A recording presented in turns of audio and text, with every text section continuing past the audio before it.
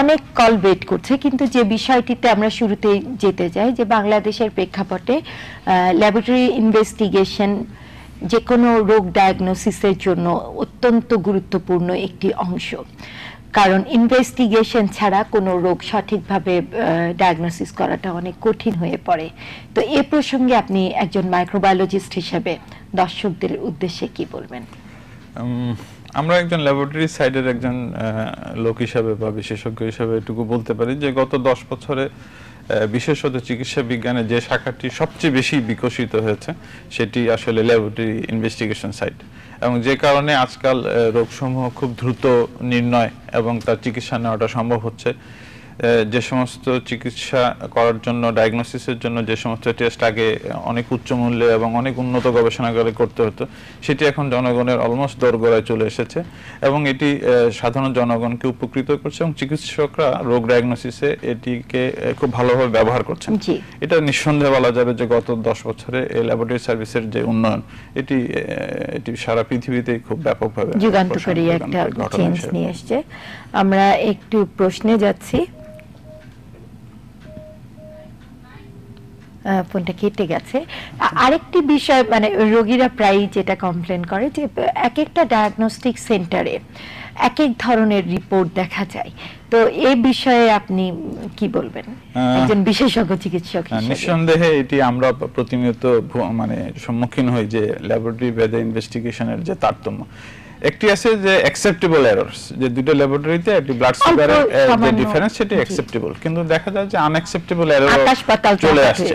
এখন এগুলোর অনেকগুলো কারণ হতে পারে। একটি হলো যে ল্যাবরেটরির গুণগত মানের ব্যাপার, যে কোন ল্যাবরেটরিটা সেটুকু স্ট্যান্ডার্ড মেইনটেইন হচ্ছে কিনা। 2 নম্বর হতে পারে আমাদের দেশে যেটা অধিকাংশ ক্ষেত্রে হয় স্যাম্পলিং এরর, অর্থাৎ একজনের রক্তের রিপোর্ট আরেকজনের রক্তে চলে যাচ্ছে। আমাদের এই কোয়ালিটিটা আমরা ধরে রাখতে পারছি না প্রায় সরকারি ল্যাবরেটরি অথবা প্রাইভেট ল্যাবরেটরিগুলোতে, সেটার কারণে হতে পারে।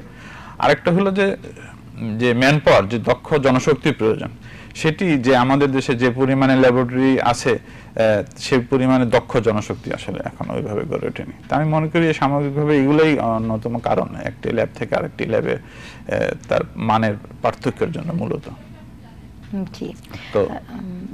তো এই বিষয়ে আসলে আমাদের কি করা উচিত? না, এই বিষয় না, আসলে আমাদের যে ল্যাবরেটরিগুলো সেগুলো মানসম্য কিনা এবং সেগুলি ঠিকমতো পরিচালিত হচ্ছে কিনা, তার রিপোর্ট নির্ভুলভাবে দিচ্ছে কিনা, এটিকে নিয়ন্ত্রণ করার মতো কার্যকর কোনো সরকারি ব্যবস্থা নেই। পৃথিবীর আসলে কোনো সব দেশেই এই ল্যাবরেটরিগুলোকে মানসম্মত হচ্ছে কিনা, কোয়ালিটি রিপোর্ট দিচ্ছে কিনা, মানে সরকারের একটা বিশাল ভূমিকা আছে নিয়ন্ত্রণ থাকে এবং এটি প্রতি বছরই এই নিয়ন্ত্রণ সংস্থাগুলো সেগুলোকে চেক করে থাকে। তো এই মান নিরূপণের জন্য বা মান নিয়ন্ত্রণের জন্য আপনি বলেছেন সরকারি ব্যবস্থা নেই, সেই ক্ষেত্রে কিভাবে আমরা এটাকে কার্যকর করতে পারি?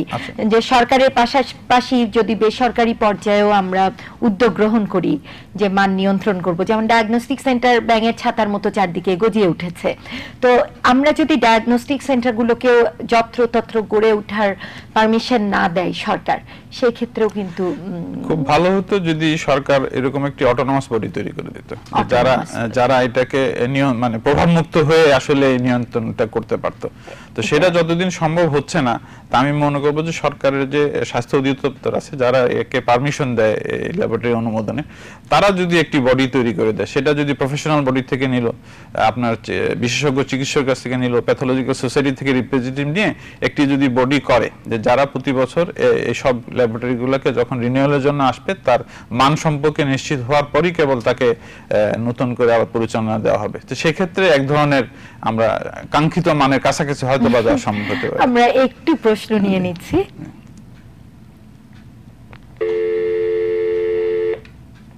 হ্যালো, আসসালামু আলাইকুম। ওয়ালাইকুম আসসালাম, জি বলুন। আমি স্যারের কাছে প্রশ্ন করতে চাই যে স্যার আমার ওয়াইফের মাথা ব্যথা আর কি, মাথা ব্যথা হলে শুধু ভূমির উদ্বেগ হয়। জি, মাথা ব্যথা হলে শুধু ভূমির উদ্বেগ হয়, প্রচন্ড মাথা ব্যথা করে। আমি স্যারের কাছে আজকের প্রশ্ন করবো, কি আচ্ছা, করতে পারি আমি? আপনি হয়তো বুঝতে পারেননি, আসলে আমরা আলোচনা করছি ল্যাবরেটরি ইনভেস্টিগেশনের বিভিন্ন দিক নিয়ে। আপনি আপনার মাথা ব্যথার কথা বলেছেন। মাথা ব্যথার কিন্তু বিভিন্ন কারণ থাকতে পারে, তো সেটা আসলে নিরূপণ করতে হবে যে চোখের কারণে মাথা ব্যথা হয়, টেনশন, হেডেক হয়, আপনার মাথার কোন জায়গাটায় ব্যথা সেটা দেখতে হবে। অনেক সময় সাইনোসাইটিসের কারণে মাথা ব্যথা হতে পারে, মেনিনজাইটিসের কারণে মাথা ব্যথা হতে পারে। আসলে এক মাথাটা ছোট হলেও ব্যথার কারণ কিন্তু অনেক। তাই আসলে আপনি একজন চিকিৎসকের পরামর্শ নিন এবং সেই অনুযায়ী আপনার মাথা ব্যথার কারণ নিরূপণ করে সেই অনুযায়ী আপনাকে চিকিৎসা নিতে হবে। আর প্রিয় দর্শক, আজকে কিন্তু আমরা আলোচনা করছি ল্যাবরেটরি ইনভেস্টিগেশনের বিভিন্ন দিক নিয়ে। অর্থাৎ আপনাদের বুঝতে হবে আমরা ল্যাবরেটরিতে যে সমস্ত রক্ত, প্রস্রাব এবং অন্যান্য পরীক্ষা করে থাকি সেই সমস্ত নিয়েই আজকে আমাদের আলোচনা হচ্ছে। আমরা আবার একটু প্রশ্নে যাচ্ছি। হ্যালো। হ্যালো, আসসালামু আলাইকুম। ওয়ালাইকুম আসসালাম, জি বলুন। জি আপা, আমি রানা নামস্তি বলছি। জি বলুন। জি আপা, জি আসলে আমি বলতে চাচ্ছি যে আমরা সাধারণত যে ল্যাবরেটরি টেস্ট করি, আমার মেয়েকে আমি একবার সম্পূর্ণ তাকে দেখানো হয়েছে। তাকে দেখানোর দেখানোর পরে আমি কিন্তু বাস্তবকে আমি নিজে সরকার যাই আপনাকে, সেখানে যাওয়ার পরে উনি আমাকে তার শুধু একটু ইয়ের জন্য আপনার জন্ডিসের জন্য উনি আমাকে টেস্ট দিলেন। উনি ইয়ে করলাম, সেখানে একটা মাত্রা বাড়ানোর যে মাত্রাটা বাড়ছে, তাই আপনার স্বাধীন খাওয়ার পরে উনি আমাকে দিল যে পিছন দিকে বসে দিল, যেটা সব ঠিক আছে, ওকে ঠিক আছে, সেটা সূর্য দিন আমার কাছে। এই যে আমরা যখন যাই, আমরা সাধারণত বুঝি না কিছু, আমাদের যে হয়রানি করে বসে হবে, তাদের নিজের নিজের টেস্ট করে নিয়ে বসে, এই জন্য আপনারা কি কি আপনার বলছেন? আর উনি ওনার জন্ডিসের বিলিরুবিনের লেভেলের কথা বলছিলেন। আসলে এটা তো তার ওনার ডায়াগনোসিসের জন্য প্রয়োজন, এবং শুধু মানে ডায়াগনোসিস না, এটা চিকিৎসা কতদিন চলবে, তার চিকিৎসক লেভেলটা কমছে না বাড়ছে, সেটা তার লিভার ফাংশনটাকে ইন্ডিকেট করে। তো সুতরাং এটা তাকে বারে বারে করতে হবে। কিন্তু আসলে অনেক রোগীদের মনেই একটা প্রশ্ন থাকে যে ডাক্তারের কাছে গেলেই হয়তো একটা লম্বা ফর্দ ধরিয়ে দেওয়া হয় ল্যাবরেটরি ইনভেস্টিগেশনের জন্য, কিন্তু আসলে এটা, আমিও একজন চিকিৎসক বা চেম্বারে প্র্যাকটিস করি, আসলে যেমন কিডনি রোগ নিরূপণের জন্য আমার কিছু টেস্ট দিতেই হয়। তো আসলে রোগীদের যে আক্ষেপটা থাকে যে আগের দিনে তো এত ইনভেস্টিগেশন ছিল না, তখনও তো রোগীদের চিকিৎসা হতো, কিন্তু এখন ডাক্তারের কাছে গেলেই এত ইনভেস্টিগেশন কেন ধরিয়ে দেওয়া হয়? তো সে ব্যাপারে একজন বিশেষজ্ঞ চিকিৎসক হিসেবে আপনার মতামত কি? আমি কয়েকটা সেক্টরে বলি। সেটা হলো যে রোগী অনেক সময় আমরা ডাক্তাররা শুধু প্রেসক্রিপশনে রোগীর ইনভেস্টিগেশন লিখে দিই। আমরা যদি রোগীকে একটু যদি কাউন্সেলিং করি যে আপনার ইনভেস্টিগেশনগুলো এই কারণে হচ্ছে, অথবা যিনি খুব ব্যস্ত চিকিৎসক তার যদি সহকারী যদি তাকে একটু এক্সপ্লেন করে যে আপনার আপনার ইনভেস্টিগেশনের এই কারণগুলো আমার এই কারণে, এতে কিন্তু রোগী অনেক ক্ষেত্রেই সে বুঝতে পারে। কিন্তু আমরা একটা রোবটের মতো প্রেসক্রিপশন করে দিলাম, কিছু ইনভেস্টিগেশন লিখে দিলাম, এতে রোগী তৃপ্ত হয় না। ও ভাবে উনি কি আমাকে ভাই এতগুলো কেন দিলেন, কিন্তু এটা হইতে পারে যে খুব যৌক্তিক কারণে তাকে দেওয়া হয়েছে। আর বিশেষত আমি একটা বলবো যে অনেক রোগী বলেন যে আমি গতবার ডাক্তারের কাছে গেলাম, ওই চিকিৎসাগুলো এই ইনভেস্টিগেশনে দিলেন, আমি আবার যখন যাচ্ছি তিনি আবার একই জিনিসই দিচ্ছেন। এই জিনিসটা কিন্তু প্রথমবার দিয়েছিলেন উনি কিন্তু রোগ নির্ণয়ের জন্য, আর দ্বিতীয়বার কিন্তু দিচ্ছেন রোগের গতিধারাটাকে মানে কোন দিকে যাচ্ছে, ভালোর দিকে না খারাপের দিকে। তো আমার ধারণা এক্ষেত্রে রোগীকে এক্সপ্লেন করা ভালো। যদি আমরা রোগীকে বোঝানো হয় যে আপনার এই কারণে এই ইনভেস্টিগেশন করে দিলাম, তাহলে এই দূরত্বটা কমে যেতে পারে। ম্যালপ্র্যাকটিস হয় না এটা আমি বলবো না চিকিৎসক হিসেবে, তবে সেই সংখ্যাটা যেভাবে সমাজে এটা নিয়ে যেভাবে আলোচিত হয় আমার ধারণা তত লেভেলের না। আচ্ছা, কিন্তু আমাদের রোগীর সাথে আমাদের যে ইন্টারঅ্যাকশন সেটা সম্পূর্ণ না, এটা আমি অবশ্যই বলবো। আচ্ছা, হ্যালো হ্যালো হ্যালো, জি আসসালামু আলাইকুম। হ্যালো, আসসালামু আলাইকুম, বলুন সমস্যার কথা বলুন ভাই। হ্যালো হ্যালো, জি, আপনার সমস্যার কথা বলুন, আমরা শুনতে পাচ্ছি। আমি ওয়ালাইকুম আসসালাম। জি আমি স্যারের সাথে কথা বলতে যাচ্ছি। জি, উনি আমাদের সাথেই আছেন, বলুন বলুন। আমার কথা শুনতে পাচ্ছেন? আমরা শুনতে পাচ্ছি, বলুন। হ্যালো, জি জি বলুন আপনার সমস্যার কথা। জি স্যার, আমি আসলে ঠিক একটু ব্যাপারটা নিয়ে কথা বলতে চাচ্ছিলাম, ব্যাপার নিয়ে। আমি জামিয়া থেকে বলছি। তো আমি আসলে একজন স্টুডেন্ট, তবে আমি জানি এই যে জি আপনি জানেন কি বলুন।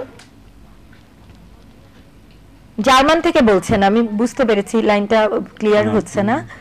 জি ল্যাবরেটরি ইনভেস্টিগেশনের কথা আপনি বলছেন। আমাদের দেশের যে ছেলেগুলো আসলে মাইক্রোবায়োলজি থেকে শিক্ষা গ্রহণ শেষে বের হয়, তো আমি দেখেছি আমার অনেক ফ্রেন্ড বেশ কয়েক বছর ধরে তারা জব করছেন। তো স্যারের ব্যাপারটা আমি আসলে একমত যে উচ্চতর এবং ভালো এর জন্য সত্যি ভালো মান নিয়ন্ত্রণের জন্য কি করা যায়, সুন্দর প্রশ্ন করেছেন। যে তিনি জার্মান থেকে করেছিলেন, আসলে লাইনটা অতটা ক্লিয়ার ছিল না। তো মান নিয়ন্ত্রণের ব্যাপারে আমি যেটা বললাম সেটা হলো একটা রেগুলেটরি বডি থাকা, আরেকটা হলো যে একটি সেন্ট্রাল রেফারেন্স ল্যাবরেটরি।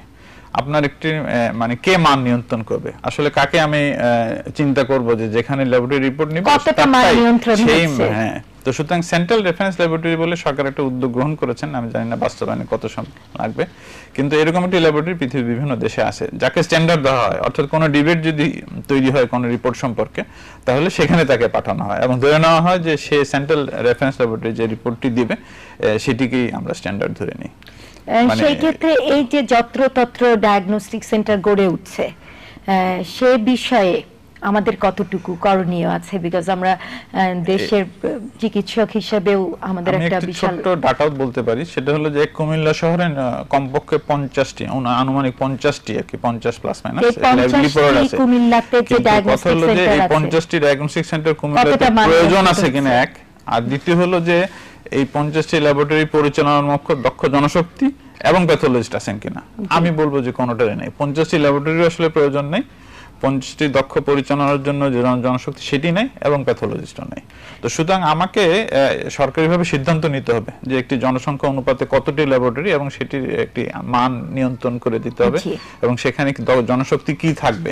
কারণ আপনি যদি সেই শুধু ইনস্ট্রুমেন্ট কোনো রিপোর্ট দিতে পারে না, এটা কোথাও সম্ভব না। আপনার দক্ষ জনশক্তি লাগবে সেই ইনস্ট্রুমেন্ট পরিচালনার জন্য এবং আপনার প্যাথোলজিস্টও লাগবে। সেই বিষয়গুলিকে একটি আইনি কাঠামোতে না আনা পর্যন্ত আপনি আসলে যত্রতত্র গজিয়ে ওঠায় ল্যাবরেটরিগুলোকে আপনি বন্ধ করতে পারবেন না। জি আমরা আবার একটু প্রশ্নে যাচ্ছি। হ্যালো। জি আসসালামু আলাইকুম। ওয়ালাইকুম আসসালাম, জি বলুন। জি আজকে যে আপনারা আলোচনা করছেন সেখানে প্রশ্ন করার তো কিছু নয়, বিকজ আমি তো রোগী নই, কিন্তু অত্যন্ত ইম্পর্টেন্ট এই টপিকটা এবং আমি আপনার দুজনের সাথে একমত যে আমাদের যে ডায়াগনস্টিক সেন্টার গুলো আছে এতে কোনো কোয়ালিটি কন্ট্রোল হয় না। কিন্তু আমার প্রশ্ন হলো যে এইগুলা যে নতুন নতুন করে ডায়াগনস্টিক সেন্টার আছে এইগুলার পারমিশনটা কে দিচ্ছে এবং তাদের কি কোনো অথরিটি নাই এগুলি কোয়ালিটি কন্ট্রোল করার? ধন্যবাদ। চমৎকার প্রশ্ন করেছেন, আপনাকে অসংখ্য ধন্যবাদ প্রশ্নের জন্য। ধন্যবাদ। এটি স্বাস্থ্য অধিদপ্তরের হাসপাতাল শাখা বলে একটি শাখা আছে, তারা এই আবেদন মানে একটি ল্যাবরেটরি যেটি ল্যাবরেটরি অংশ সেই অংশটুকু তারা ইন্সপেকশন করে একটি অনুমোদন দেন। তাদের একটি ছক আছে, সেই ছক পূরণ করলে তাদেরকে লাইসেন্স দেওয়া হয়। না কিন্তু লাইসেন্সের পরে পরবর্তী ফলো আপটা হচ্ছে কিনা, কিন্তু আমি এই জায়গায় বলছি যে লাইসেন্স দেওয়ার যে প্রক্রিয়া সেটি আসলে ত্রুটিপূর্ণ, এটিকে আরো আধুনিকায়ন করতে হবে, এটা আমার ব্যক্তিগত মতামত। আর দুই হলো যে লাইসেন্সিং, চিকিৎসকরা মানে দুর্নামের শিকার হচ্ছে যে বাংলাদেশে চিকিৎসা হচ্ছে না। দেখা যাচ্ছে দেশের বাইরে একটা জনসাধারণের একটা বিশাল অংশ চলে যাচ্ছে যে আমাদের দেশে ডায়াগনোসিস হচ্ছে না, আমাদের দেশে ট্রিটমেন্ট খারাপ, কিন্তু আসলে তো সেটা না। আমাদের দেশে কিন্তু মানসম্পন্ন খুবই মানসম্মত ট্রিটমেন্ট হচ্ছে এবং মানসম্মত ল্যাবরেটরিগুলো দাঁড়িয়ে গেছে। আমি ব্যক্তিগতভাবে বলবো যে সরকারি সেক্টরে যদি ধরি, আধা সরকারি, সে বঙ্গবন্ধু তার ডায়াগনস্টিক সেক্টর খুব ভালোভাবে দাঁড়িয়ে গেছে।